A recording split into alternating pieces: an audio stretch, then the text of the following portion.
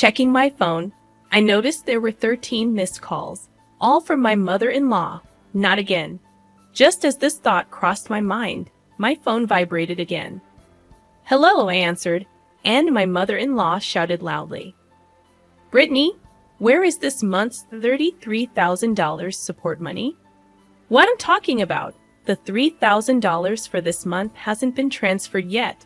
Her voice dripped with anger, never considering our situation. My patience reached its limit. She never reflected on her words or actions, even in this state. It was time for the last resort. I told my mother-in-law on the other end of the phone, "Your son has passed away, so I can no longer provide support. I am Brittany Wagner, a 32-year-old part-time housewife working at a major financial company. I married about 2 years ago, meeting my husband Justin through a shared hobby.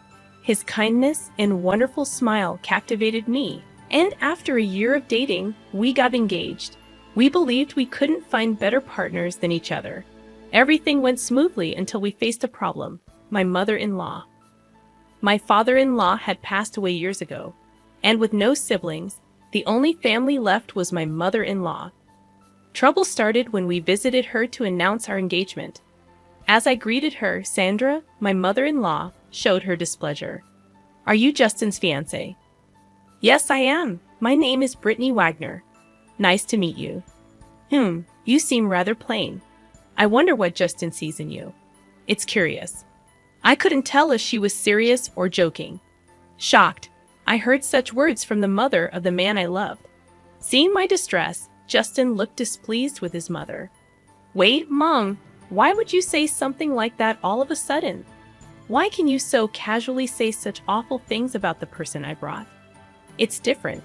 I just want to choose the right woman for you. I brought her here because I've decided to marry her. It's not up to you to comment on my choice, Destin. You don't have to be so cold. I'm just thinking about what's best for you." The argument between mother and son unfolded, creating a tense atmosphere. As it was my first meeting with my mother-in-law, I couldn't intervene. The uncomfortable air lingered even after the argument, but ultimately, we conveyed our intention to marry.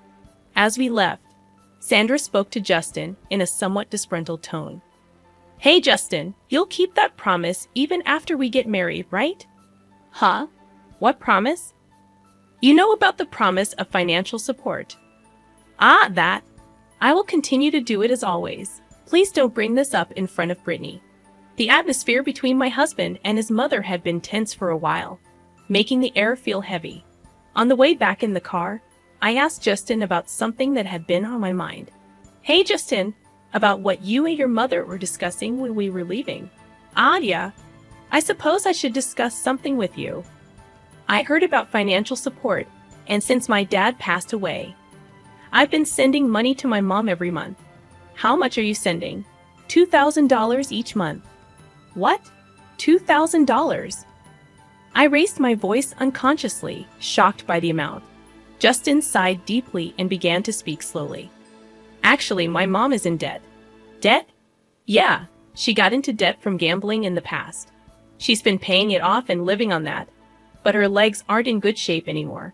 So she spends more time at home now, and she still needs money to live, right?" "Well, yes, but I still think $2,000 is too much." "I know, but if I even slightly reduce the amount, she keeps calling me persistently." "Well, a parent is still a parent, you know? I worry about her since we can't live together." "I see. Justin is incredibly caring towards his mother, but it can't be helped. Since his father passed away, his mother is the only family he has left. No matter what her character is like, she's still an important mother to Justin." At that time, all I could think was what a kind person my husband was. Then, one day, 2 months after we got married, during my lunch break, I received a call on my smartphone. It was from my mother-in-law. "Hello?" "Yes," I answered, and she began speaking in a cheerful tone. "It's been a while, Brittany. I have something to discuss. Are you free now?" "Yes, I'm free. What's going on?" "Well, I was thinking maybe you could also start sending me some financial support." I was speechless at her unexpected request, But my mother-in-law continued happily. You mentioned you work at a financial company, right? So you must have a good salary. No, that's not the case. Are you trying to lie to me because you don't want to give me money? That's not what I'm saying. Then why not? But mother, Justin is still sending you money every month, isn't he? Yes, he is. She didn't seem to appreciate the support she was already receiving. I spoke up firmly. Please listen calmly, mother-in-law. Continuing to send as much as $2,000 a month is a really big deal, you know? And yet, you still want more. I can't understand that. Oh, is that so? You say that. But if you could just contribute the remaining $1,000, Justin wouldn't be burdened. What do you mean by that? I have Justin as a co-signer on my debt, which means if I default on my payments, the creditors will come after him. Do you understand what I'm saying? What? But wasn't the $2,000 Justin sends used for paying off the debt? Well, the thing is, it's not enough. I haven't told Justin yet, but the debt is quite substantial. It seemed from the way my mother-in-law spoke that this was a truth unknown to my husband. If we were to have children in the future, it would inevitably mean more expenses. On top of that, paying off my mother-in-law's debt wouldn't be easy. However, if her repayments fell behind by the time the debt transferred to Justin, the interest would likely have ballooned significantly. It was easy to foresee that refusing to help now would ultimately burden my husband. Realizing that, the best course might be to ensure she pays off her debt completely. I hesitantly conveyed to my mother-in-law, "I understood. I'll contribute to the support as well." Really, Brittany? You're amazing. I knew you would say that. Combined with Justin's, it'll be $3,000 a month. This will be used to properly pay off the debt, right? Of course. I plan to pay off the entire amount in about a year. Please promise to pay it off without any delay. Okay, I understand. It's a promise. So I'll be expecting the support starting from this month, my mother-in-law said, unilaterally ending the call. The stress piled onto my exhausted body, and I felt increasingly depressed. $1,000 every month, that's a significant burden, but it's necessary to prevent future troubles for us as a couple. And if my mother-in-law can't live properly, Justin wouldn't like that either. That evening, I promptly reported this to my husband. He said, "You shouldn't have to go through all this trouble." But I had already agreed with my mother-in-law. I explained it was a tough decision made to avoid future burdens on us. With a look of regret, my husband said, "I'm really sorry, but thank you," showing understanding for my decision. Time passed, and 2 years have gone by since this decision. The support, which was supposed to end in a year, is still ongoing, and we continue to transfer $3,000 to my mother-in-law every month. To complicate matters, my husband fell ill about 2 months ago and has been unable to work. He's on sick leave and receiving a small amount of sickness allowance, but it's minuscule compared to his usual salary. Last month, I used my savings to send the $3,000 to my mother-in-law. But if this continues, even our living expenses will become difficult. Incredibly, my mother-in-law hasn't once visited Justin in the hospital. I informed her a long time ago about his hospitalization, but instead of visiting, she only contacts me to ensure the continuation of the support. Frustrated by her behavior, I finally brought up the subject with my husband. "Justin, your mother only talks about money. Even knowing you're hospitalized, we need to seriously consider whether to continue the support." "Yeah, I've been thinking the same. I don't want to burden Brittany any further. She's been calling and messaging this month asking, is the support coming?" Seriously, even though her own son is in the hospital, all she thinks about is money. Justin, looking somewhat gaunt, expressed his anger towards his mother. Then, with a sudden idea, he said, "Ah, I've got it," and smiled. "What is it, Justin?" "Well, I just thought of something. It's a last resort, though. Something good." "About my mother?" "Huh, what?" My husband proposed an unexpected plan. It might seem excessive, but it seemed the only way to get through to my mother-in-law in her current state. A few weeks later, Justin was discharged from the hospital, fortunately in good health. Since there was no response from my mother-in-law despite numerous attempts to contact her, we hadn't informed her of my husband's discharge date.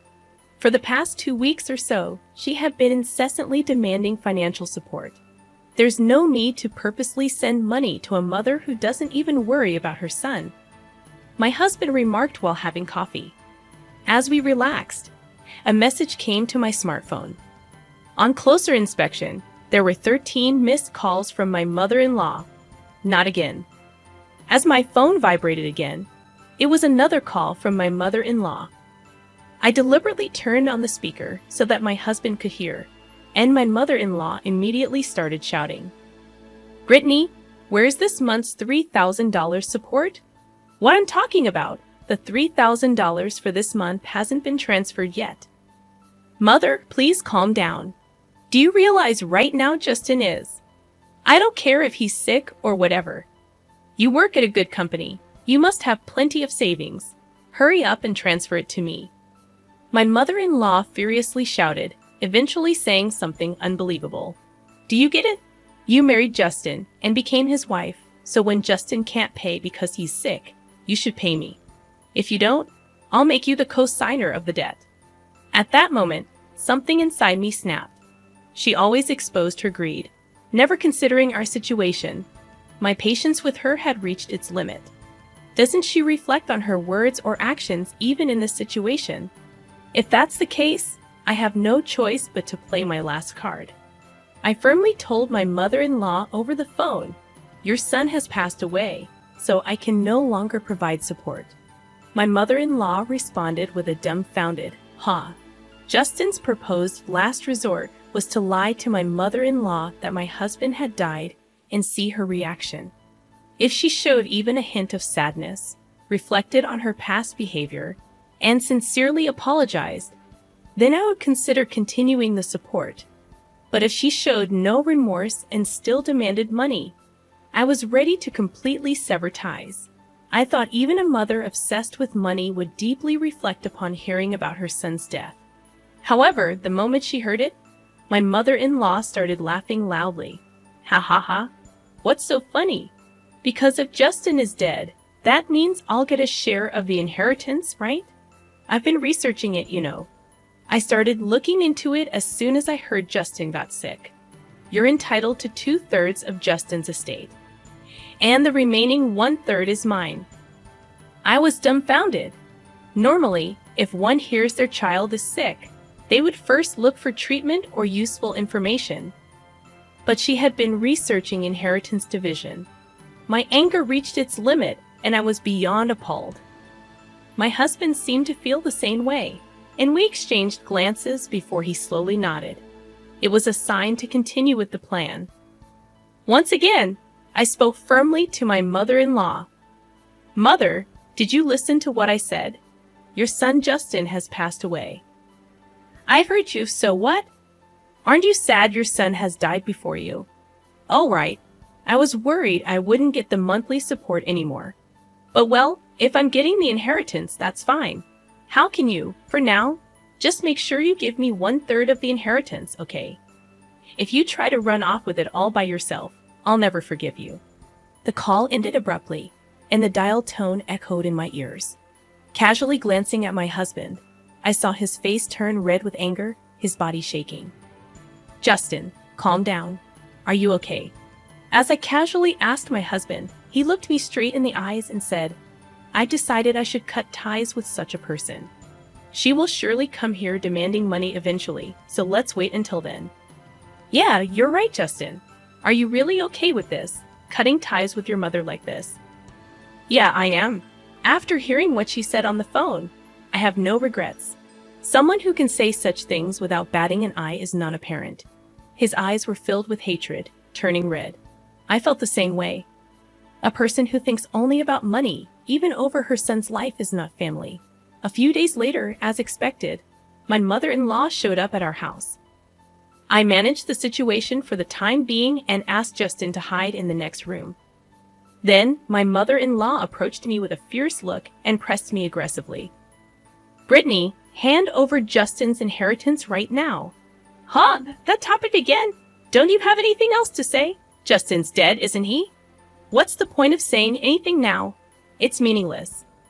You have the nerve to say that when you didn't even visit him in the hospital. Can you even call yourself his parent? You're so noisy. Just give me the inheritance right now. I'll call a lawyer if I have to." At that moment, I realized that talking to her was just a waste of time. Just then, my husband emerged from the next room. Seeing him, my mother-in-law let out a loud gasp as if she'd seen a ghost.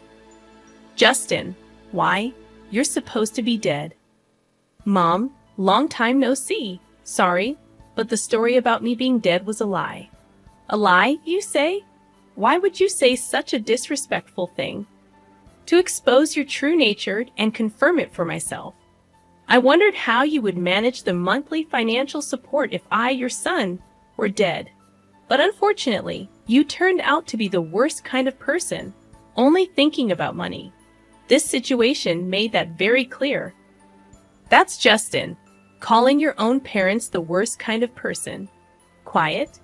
I'm cutting ties with a toxic parent like you. As my husband shouted, Sandra stood there open-mouthed, stunned. She hadn't yet come to terms with the reality of being disowned by her own son. "Wait, what do you mean, Justin?" "Well, I just said, I'm cutting ties. I can't consider someone like you my mother. Don't say that." "So, what about the financial support?" "Why would I support you? You need to find a way to pay off your own debt. We've decided to move away." "Wait, without the support, I won't be able to live." Tears in her eyes, my mother-in-law reached out to my husband. He forcefully brushed her hand away, looked at her coldly, and said, "I don't care about your life. You never once apologized for all the trouble you caused us, did you? Knowing your true nature now, I feel relieved. Don't ever show your face to us again. That's cruel." "Wait, Justin, are you really going to abandon your mother?" Ignoring her words, my husband grabbed her arm and dragged her to the front door. Then he threw her bag and shoes outside and kicked her out of the house. She made a scene outside, but apparently unable to bear the stares of onlookers, she left after a while. Persistent calls and emails came, but we ignored them all. We blocked her number and quickly finished moving. The co-signing of the debt turned out to be something Sandra had fabricated, so the guarantee contract was void, and Justin no longer had any responsibility as a guarantor. Having lost all support from us, my mother-in-law was apparently living a miserable life. It was no surprise since she had used almost all the money we sent for gambling. The remaining debt was substantial, and she spent her days being chased by debt collectors. Working from morning till night, she couldn't gamble anymore. It's unlikely that she will pay off all her debt anytime soon. From now on, she will have to work until her body can no longer move. It's all her own doing. Meanwhile, we are living fulfilling days in our new home. Justin's condition stabilized, and he was able to return to work after recovering. And now there's a new life growing inside me. Next year, our family will grow by one, and we will start a new life. In the future, we want to spend peaceful and happy days as a family of 3.